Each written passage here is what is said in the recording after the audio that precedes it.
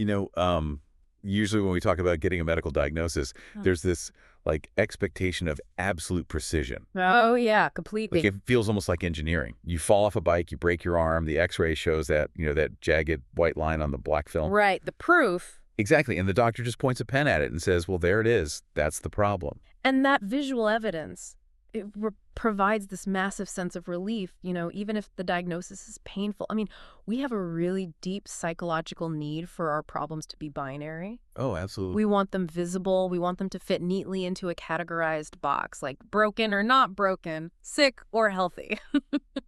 But then you step out of that emergency room and into the world of human psychology or neurodevelopment or even just like the everyday existential friction of being alive. Yeah. And suddenly that x-ray machine is completely useless. We find ourselves looking at a diagnostic landscape for human suffering that is just incredibly murky. Very murky. Right. Like we know something hurts. We know we are stuck in a cycle, but we can't just point to a jagged white line and isolate the root cause. It is the absolute definition of diagnostic muddy waters. And trying to navigate those waters with the same linear mechanical mindset we use to fix a broken bone. Which we all try to do, right? Right. But it usually ends up creating even more profound levels of distress. And that brings us to why we're here. Oh. Welcome to today's deep dive. If you're listening to this, you are probably someone we like to call the learner.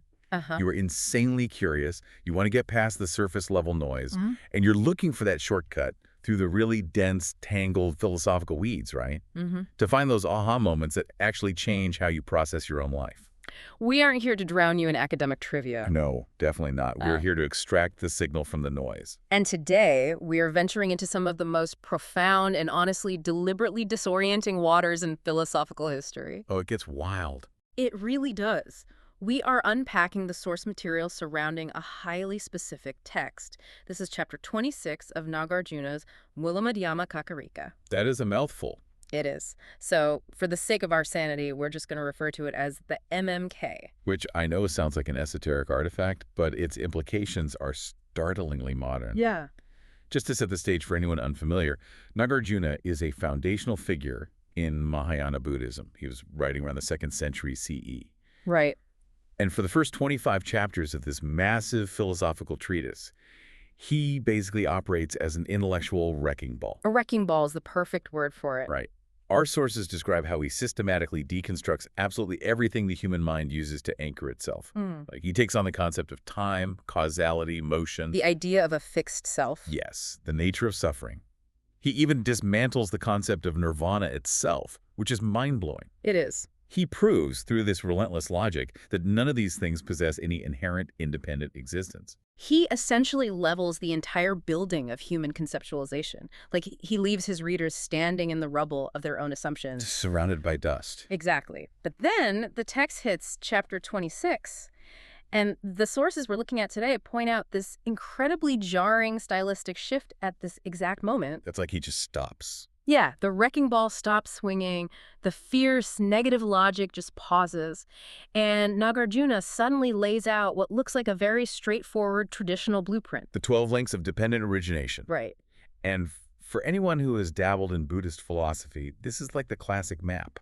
It's the cycle of how human suffering arises. Starting with ignorance. Right, starting with ignorance, moving through physical formations, consciousness, craving, grasping, all the way down the line to old age and death. And historically, a lot of commentators read this chapter and thought, oh, Nāgārjuna is just taking a defensive pause. Like he's backpedaling. Yeah, exactly. They assumed he was trying to appease his orthodox critics, people who were accusing him of being a nihilist. They thought he was saying, please calm down. I still believe in the basic teachings. Here is the standard map. Which is a completely understandable interpretation, if you're only looking at the surface text. Right. But our sources today argue something entirely different, and frankly, it's much more thrilling. Which brings us to the core mission of our deep dive today. Let me be really clear about what we are not going to do. Yes, please. We are not going to trudge through the 12 links, one by one, like a glossary. No one wants that. No. You can look up the basic sequential cycle from ignorance to death on Wikipedia. Right. Instead, we are going to explore how Nāgārjuna is actually hijacking this traditional map. We're going to look at how he uses this universally accepted list to reveal a staggering truth about how human beings become completely trapped by our own mental models. It's brilliant. It really is. Yeah. And true freedom, according to this hijacking, isn't about fighting our cravings or destroying the quote-unquote bad parts of ourselves. It's about seeing completely through the very maps we use to define our reality. So to appreciate the scale of what he's pulling off here, we first have to understand the baseline he is reacting against, right? Exactly. We have to look at the mainstream Abhidharma scholastic interpretation of these 12 links. This was the dominant intellectual paradigm of his time. The Abhidharma. Okay, so these were the early Buddhist scholars, the great systematizers. Right. They took the vast, often really poetic discourses of the historical Buddha, and they tried to turn them into a very precise, analytical, almost scientific framework. They wanted to categorize human experience down to its atomic components. Wow, okay. Yeah, they possessed an incredible drive to map reality. So the Abhidharma scholars viewed these 12 links as a literal, linear chain of real phenomena. Real things. Yes. They use the term dhammas to describe these fundamental building blocks of reality. Okay, Thomas. Right. And when they looked at the 12 links, they saw them unfolding over time. Sometimes they mapped them over 3 distinct lifetimes, or sometimes unfolding sequentially moment by moment in the mind. Right. But the absolute key to understanding their worldview is that they saw these links as having ontological reality.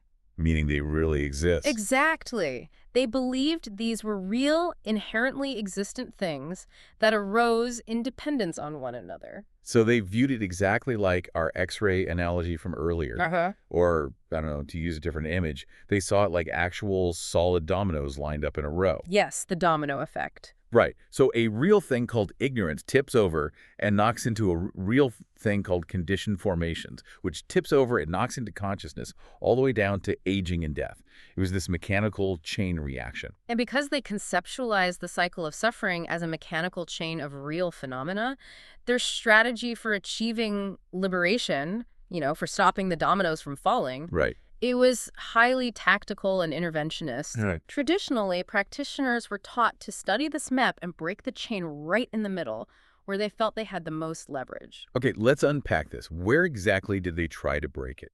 They targeted the transition between link number 7 and link number 8. Okay. The gap between feeling and craving. Feeling and craving. Right. They analyzed human experience and realized that feeling is inevitable. You have senses, you encounter the world, and you experience a feeling. Sure. It might be a pleasant sensation, an unpleasant sensation, or just a neutral one. You can't avoid feeling things unless you're dead. Exactly. So the Abhidharma strategy was to apply intense, rigorous mindfulness, essentially using sheer mental force and discipline to prevent that initial feeling from mutating into craving. Wow. Okay, so how does that work in practice? Well, you feel the pleasure of a compliment or the taste of good food, but you refuse to grasp at it. Right. You experience the pain of an insult, but you refuse to generate aversion towards it. By doing this, you sever the link. You stop the chain reaction. I mean, I think this makes total intuitive sense to a modern listener because this is exactly how we approach habits, addictions, and behavioral therapy today. Oh, completely. You identify the trigger, which is the feeling, and you use cognitive behavioral tools or just sheer willpower to stop the habitual response, the craving. Yeah. It's literally the foundation of almost every self-help book on the market. It really is. But Chapter 26 of the MMK decisively shifts this entire battleground. Okay. Nāgārjuna moves the target completely away from cravings. Yeah. And he points all the way back to the very first link in the chain. Ignorance. Ignorance. Or in Sanskrit, Avidyā. Avidyā. Okay, so why does he do that? He maps out the entire chain, completely uninterrupted, to demonstrate a vital and honestly often overlooked point. Craving is not the disease. Right. Craving is merely a symptom. Just a symptom. Exactly. The actual engine driving the entire wheel of suffering, the power source for the whole system, is an active cognitive misapprehension. That is what ignorance actually is in this context. Yeah. It is crucial to understand that Avidyā is not just a passive lack of data. So it's not just like being uneducated or foolish. No, not at all. It is the active, relentless projection of inherent existence onto a world that is actually empty and fluid. Okay, let's pause and translate that into a lived experience because that's deep. Yeah, let's do it. If I'm using my willpower to stop craving, right? Say I'm trying to stop checking my phone for social media validation every 10 minutes. A very relatable example. Right. I can clench my jaw, notice the feeling of wanting to check it, and just force myself to put the phone down. The Abhidharma approach says, great, you severed the link. You won. Yeah, I won. But if Nāgārjuna is right and craving is just a symptom, then using willpower to stop craving is basically like putting a topical anesthetic on a broken leg and trying to run a marathon. That is a perfect analogy. Like you are treating the surface level inflammation, the pain, but the structural fracture is still completely untreated. The bone is still broken. Exactly.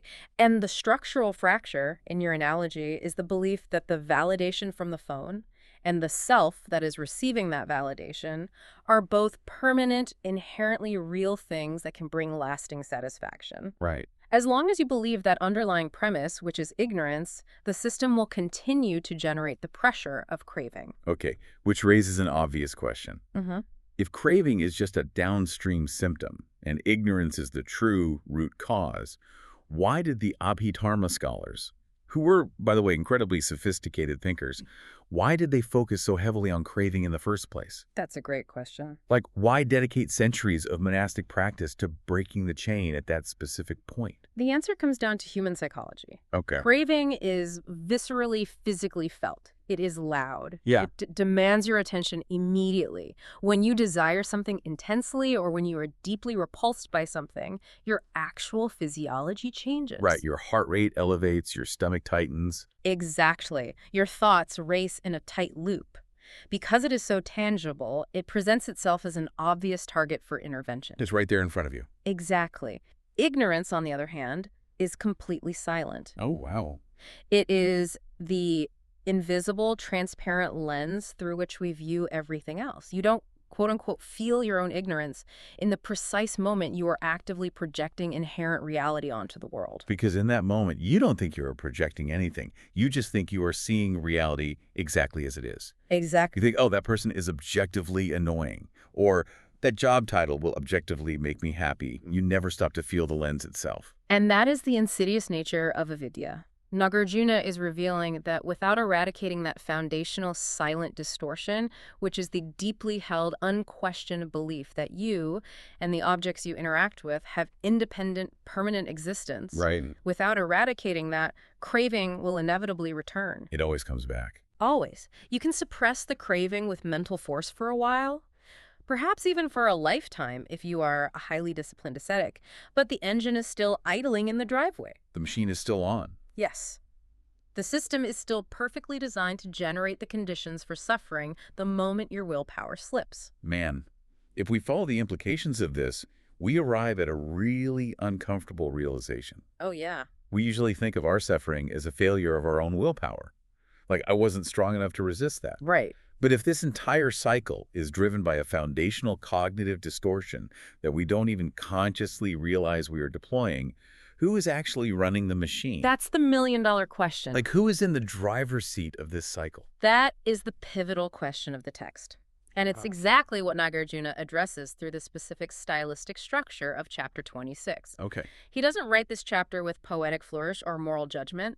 He presents the sequential falling of the 12 dominoes in a very dry, clinical, almost descriptive tone. Very matter of fact.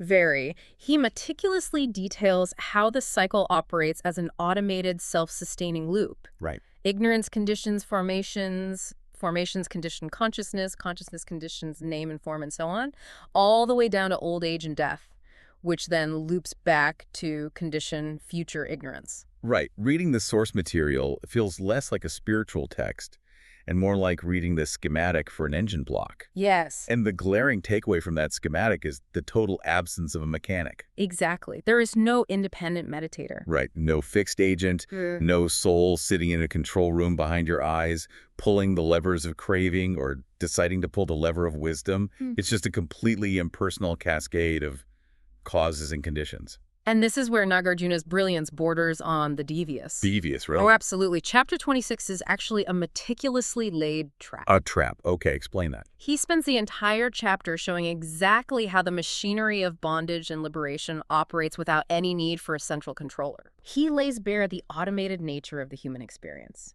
And because he understands human psychology so deeply, he knows exactly how his readers' minds will react when confronted with this radical mechanical selflessness. The human mind totally rebels. It panics. It does. If you are tracking with this philosophy, your internal monologue starts screaming, wait, hold on a minute. If it's just an automated loop of causes and conditions, who is the I that was ignorant in the first place? Right. Who is the I that is feeling the pain of this suffering right now? And honestly, if I do all the hard work to see through this map, who gets the reward of being enlightened? We have a desperate, almost biological craving for an owner of the experience. We want a protagonist for the narrative. Exactly. We need a main character, and Nāgārjuna anticipates this panic perfectly. Okay. Having quietly set the trap in Chapter 26 by presenting the automated 12 links, he immediately pivots in Chapter 27, which is famously titled Analysis of Views, to spring the trap. Yeah. He takes that natural psychological rebellion, that desperate search for a solid self, and he systematically obliterates it. And the sources make a fascinating point here.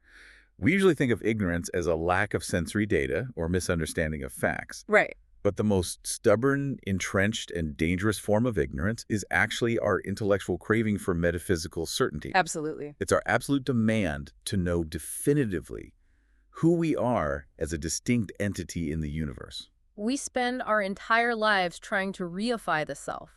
We want to solidify it, to make it a concrete, independent object that can be defended and improved. Yeah, exactly. And to show the futility of this, Nāgārjuna deploys a devastating logical tool known as the tetralemma. The tetralemma. Okay. It's basically four-cornered logic. He uses it to demolish every conceivable way the human intellect tries to define this transmigrating permanent self. I want to spend some real time on this because it is one of the most challenging but also most rewarding concepts in the material. Let's do it. Let's take a very grounded, modern scenario to run through this tetralemma. Okay, shoot. Imagine someone named Sarah. Okay, Sarah. 10 years ago, Sarah was reckless, she made terrible decisions, and she hurt people she cared about. Right. Today, Sarah has gone through therapy, she's made amends, and she considers herself a healed, responsible person. Good for Sarah. Right, good for Sarah. Mm-hmm. Now, she looks at a photo of herself from 10 years ago. The tetralemma asks us to logically define the relationship between the self in that photo and the self looking at the photo. Exactly. Let's walk through the four possible corners of logic here. Okay, so the tetralemma forces the intellect to exhaust all possibilities. Position 1. Are the past self and the present self absolutely identical? Is the essence of Sarah completely unchanged? Now, my immediate instinct, and I think the instinct of most people listening, is to say, well, obviously underneath all the changes, the core essence of who I am is identical. I am me. Right. But why does Nāgārjuna say that fails? Well, if you assert that the self is absolutely identical and unchanging in its core essence, then you have just made transformation impossible. An inherently existent identical thing cannot, by definition, change. Because it's fixed. Exactly. If past Sarah and present Sarah are identical in their essence, then past Sarah's ignorance and destructive behavior must also still be present. Wow. Okay. If the self is eternal and fixed, learning is impossible, healing is impossible. So she's stuck. She's totally stuck. The ignorant person can never become the wise person. The entire concept of karma, that actions have consequences that lead to growth, is dead on arrival. Okay, when you frame it like that, claiming to be identical is incredibly depressing. It is. It means we are basically frozen in amber. Right. So the intellect panics and swings to the exact opposite extreme. Position 2. They are completely different. Okay. The past Sarah in the photo is totally ontologically distinct from the present Sarah. They are basically two separate entities. But if you argue that they are completely different, then there is absolutely no continuity. Right. If the person who commits an action in the past is a fundamentally different entity than the person who experiences the result in the present, then the moral framework of cause and effect totally collapses. Oh, because if past Sarah is a completely different person, then present Sarah is essentially suffering the guilt and the karma of a total stranger. Exactly. Why should present Sarah make amends to people past Sarah hurt if they aren't the same person? Right. Our entire justice system, our concept of personal responsibility, it all relies on some thread of connection. Yes. So they can't be completely identical and they can't be completely different. What happens when the intellect tries to compromise? Position 3, it's both identical and different. Position 3 is where the mind tries to have it both ways. Right. But it results in a pure logical contradiction. How so? You cannot posit an inherently solid, real essence that is simultaneously permanent and unchanging, while also constantly changing and becoming different. Yeah. It violates the very premise of inherent existence. It's like saying a shape is inherently a perfect circle, but also inherently a triangle. It's just nonsense. Right. It doesn't work. So we are running out of options here. We have one left. The final corner of the tetralemma, position 4. The past self and present self are neither identical nor different. And claiming they are neither identical nor different pushes the intellect into a state of total incomprehensibility or strict nihilism. Okay. If you can't assert identity and you can't assert difference, you can't assert anything at all. You're just left with nothing. Exactly. You render the entire concept of a self and the entire process of living completely meaningless and non-functional. You can't navigate the world with a concept that cannot be defined in any relational way. Okay, so by ruthlessly running our concepts through these 4 logical corners, Nāgārjuna leaves us with nowhere to hide. Nowhere. He proves that there is no independent, solid, definable owner traveling along the 12 links of dependent origination. Right. The owner we spend so much energy defending is a phantom. There's only the fluid, ever-changing process itself. He creates an intellectual checkmate. Checkmate, exactly. He forces the mind to completely let go of its demand for a metaphysical anger. Through this breakdown, he demonstrates that the deepest engine of our suffering isn't just craving a physical object, like a piece of cake or a promotion. Right, it's bigger than that. The deepest craving is our desperate, constant attempt to construct a solid I amidst the undeniable flux of reality. Okay, we need to pause here and process the friction this creates, because if I'm listening to this, I'm feeling a profound sense of vertigo. Oh, it's totally disorienting. Because if there is no inherent owner, and the whole process of life is just this automated, impersonal machine of causes and conditions, we have to fundamentally reevaluate the nature of the 12 links themselves. We do. Like, if the self traversing the map isn't real, are the links on the map real? Did the early Abhidharma scholars get the entire blueprint wrong by thinking those 12 dominoes were solid objects? This specific friction you're describing is exactly where we must introduce the most crucial conceptual breakthrough in all of Madhyamaka philosophy. Right. It is the key to understanding Nāgārjuna's specific genius, and it actually resolves this vertigo. It is called the union of the two truths. The union of the two truths. Yeah. Okay. The relationship between conventional truth and ultimate truth. Precisely. Let's trace it back. The Abhidharma viewed the 12 links as real, inherent entities. The solid dominoes. Right. When ignorance caused conditioned formations, they believed a truly existent thing called ignorance produced another truly existent thing called formations. Okay. Nāgārjuna utterly deconstructs this realist view. He states that ultimately, upon final analysis, these links are entirely empty of inherent existence. Empty. And the reason they're empty is because they are dependently co-arisen. Exactly. This is a term we hear a lot, but what it practically means is that they only exist in reliance on each other. Right. Like, a cause is only recognizable as a cause because it produces an effect. An effect is only an effect because it resulted from a cause. If you isolate one link and strip away the rest of the chain, the individual link just vanishes. It disappears. It has no self-sustaining, independent essence. Yeah. It cannot stand alone. And that is the ultimate truth. All phenomena, including the 12 links, are empty of inherent independent essence. Okay. But, and this is the absolute genius of the middle way, Nāgārjuna does not say they are non-existent. Wait, really? Really, he does not reject them. Conventionally, in the everyday world of human interaction and language, they function perfectly well. Okay. As a descriptive model of how psychological suffering arises in human experience, the 12 links are incredibly accurate and useful. Right. That is the conventional truth. So they are empty of absolute ontological reality, but they are functionally real in our daily lives. Exactly. I have to push back hard on this distinction, though. Please do. Because if someone listening to this deep dive is driving to work right now, and they are currently going through a brutal divorce, or they are watching a parent slowly succumb to dementia, Yeah. and they hear us having a philosophical chat about how suffering is, quote-unquote, empty of inherent existence, their immediate reaction is going to be intense anger. Understandably so. It sounds like philosophical gaslighting. It sounds like we are saying, your pain isn't real, it's just an illusion. Why should anyone care about a cycle of suffering that is technically empty? That is the most important pushback you can offer because it highlights how dangerously we misunderstand the word empty in the West. We really do. We constantly equate empty with meaningless, void, or non-existent. And like a vacuum. Right.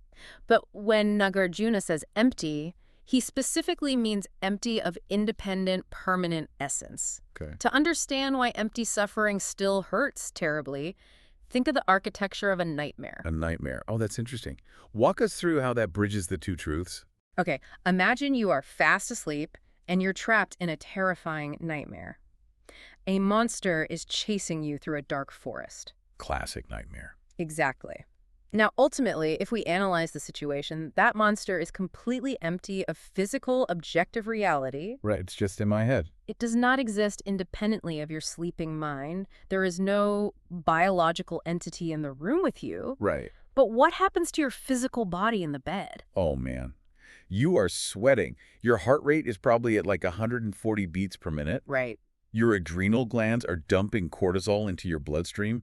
You are experiencing genuine physiological terror. Exactly. The terror you feel is functionally, conventionally real. Wow. Your body is reacting to the dependent co-arising of the dream elements. The nightmare has absolutely no inherent essence, but its conventional reality is entirely sufficient to bind you in intense suffering. That makes so much sense. Saying the nightmare is empty does not mean the sweat on your forehead is fake. Right, the sweat is very real. Yeah. The 12 links operate the exact same way. They are the psychological anatomy of the waking nightmare. They aren't solid, permanent objects, but the mutual interdependence of our psychological projections creates a profoundly real experience of suffering. That is a phenomenal analogy. It validates the pain without granting ultimate reality to the cause of the pain. Yes. And realizing this fundamentally changes the very shape of the map we are looking at. It really does. Because the Abhidharma, and honestly a lot of modern secular mindfulness, teaches the 12 links as a straight line. Like a timeline. Yeah, it's a flow chart. Yeah. Step 1 leads to step 2, leads to step 3. But Nāgārjuna reveals that this linearity is an optical illusion created by language. Right. Because everything is dependently co-arisen. The sources note that they actually form a limitless and centerless cycle of conditioning. A limitless and centerless web. This is a massive paradigm shift. It's huge. It is not a sequence of dominoes where the first one falls and you just wait for the last one to hit. It is a non-linear, multidimensional network. Mind-bending. Aging and death don't just sit at the end of a line.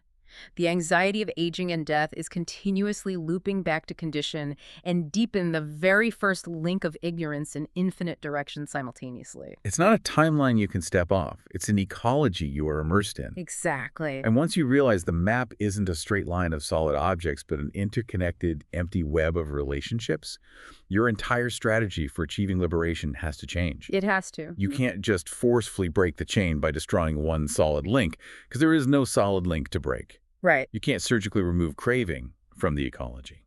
Which brings us to a massive linguistic and philosophical trap within the text of chapter 26 itself. Okay, what is it? The cessation trap. The cessation trap. If you read verses 11 and 12 of the chapter with a literal mindset, Nāgārjuna sounds like he is regressing. How so? He sounds like he is going right back to the old Abhidharma dualism. He writes that when ignorance ceases, the mass of sorrow is, quote, completely destroyed.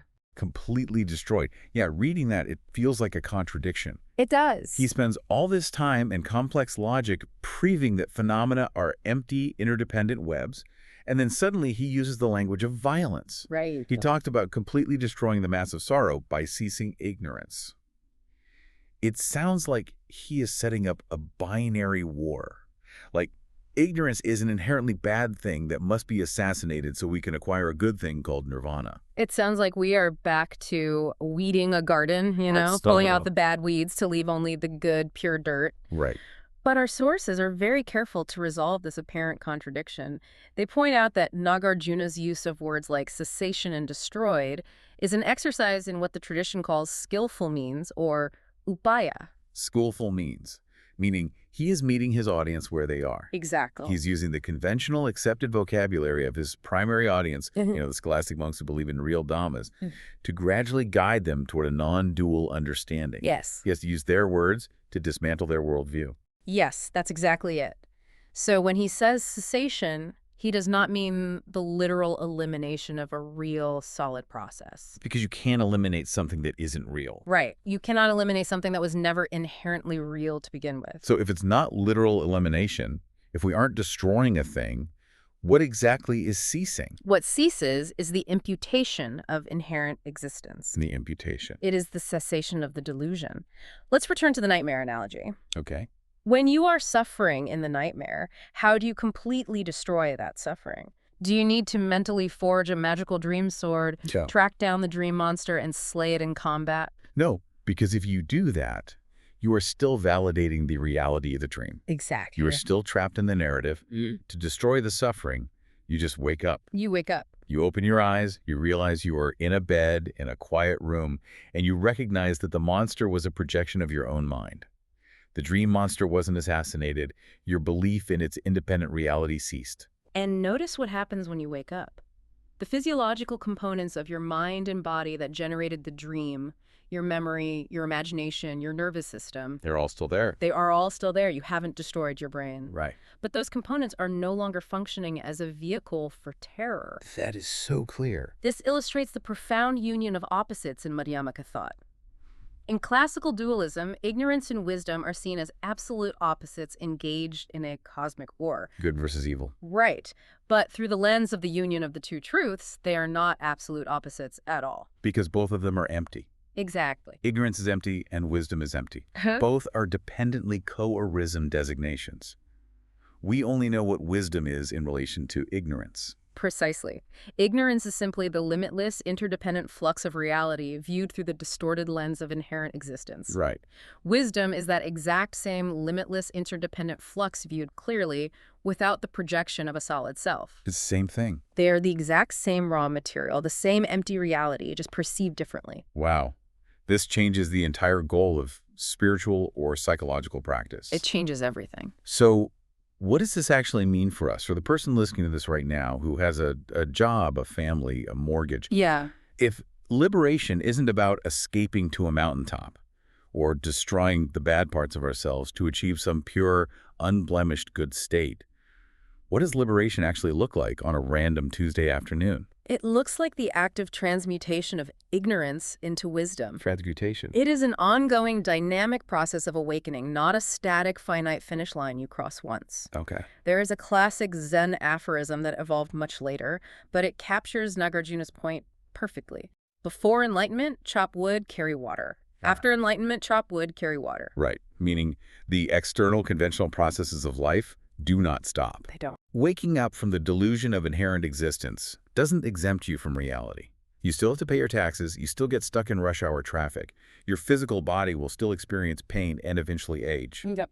The 12 links still operate perfectly well on a conventional level. The physical reality remains, but the dualistic delusion that turns physical reality into psychological agony stops. Okay. Let's look at the traffic jam. Okay. When you are deeply immersed in ignorance and you are stuck in traffic, you project a permanent, solid self that is being unfairly victimized by a permanent, solid enemy called a traffic jam. Oh, I've been there. We all have. You generate intense craving to be somewhere else, you suffer. But if you are transmuting that moment into wisdom. You still see the cars, you're still sitting in the seat. Yeah. But you see the fluid, empty, interconnected nature of the moment. Right. You realize that traffic is just a dependently co-arisen event involving thousands of other empty individuals, weather conditions, and urban planning. It's not a personal attack. Exactly. There is no solid you being attacked by a solid it. You still carry the water.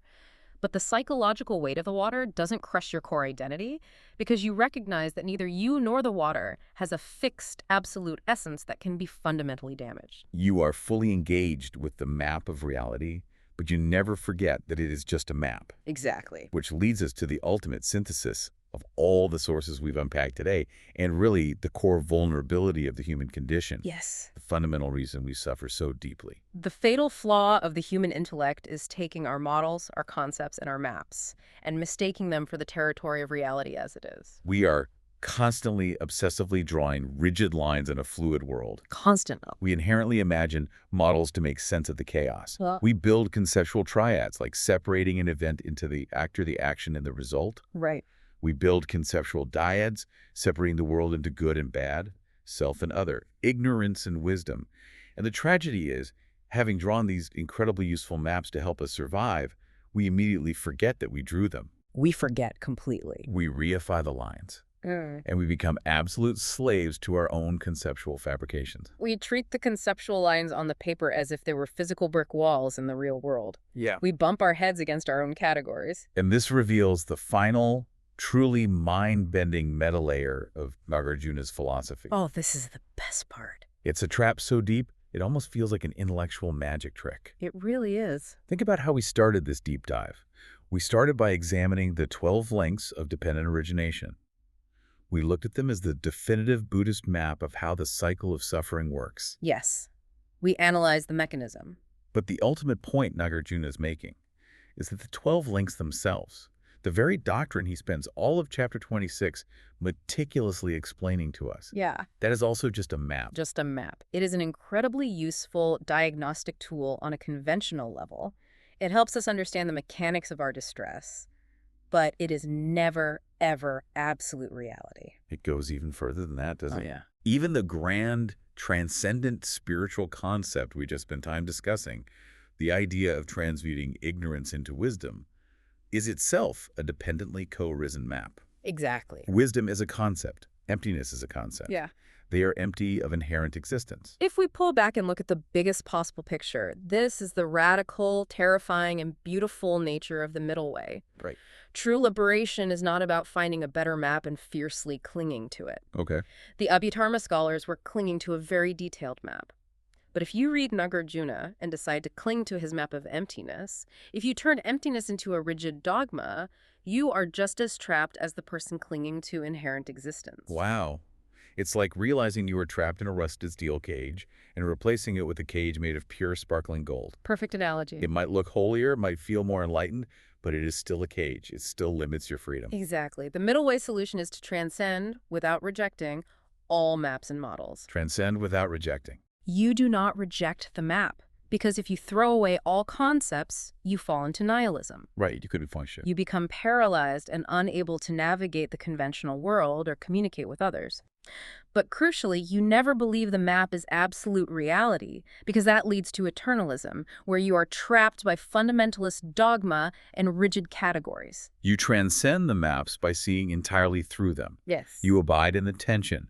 You realize exactly how you built them, how your own mind constructed the categories of good and bad, self and other, just to survive. Right. And in the very moment of that realization, the categories lose their power to bind you. Right. It is honestly astonishing how perfectly Nāgārjuna plays the reader across these chapters. He is a master. He gives us the 12 links in chapter 26, presenting it as this ultimate authoritative mechanical map of enlightenment, only to quietly reveal in the next breath that true freedom is realizing it's just paper and ink. By deeply realizing the non-dual unity of all these constructs, you can finally abide in the middle way.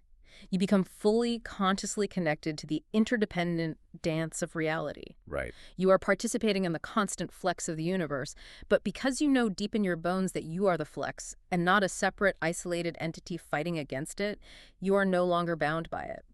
We have covered a massive amount of conceptual and philosophical ground today, moving from the ancient world right into the psychology of how we live our lives.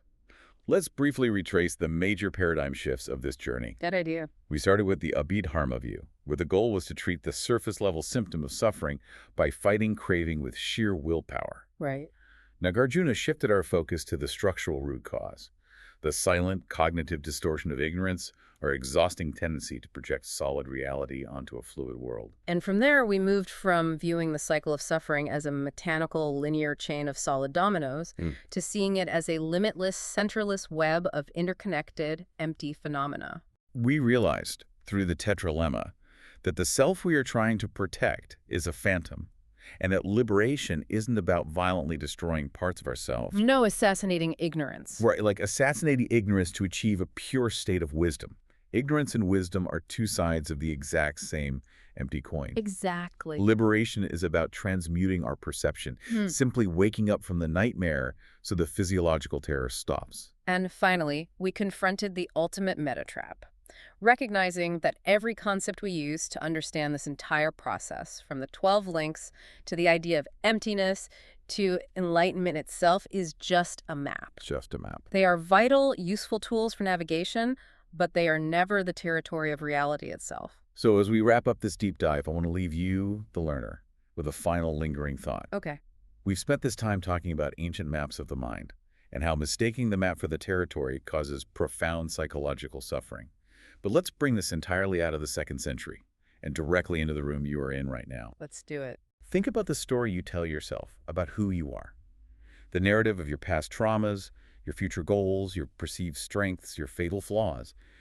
If the 12 links of dependent origination and the grand path to enlightenment are just conceptual maps, what about your core identity? That is a huge question. If every concept you hold about you is just a dependently co-arisen map you've drawn to navigate the chaos of the flux, who is the you that will wake up tomorrow morning?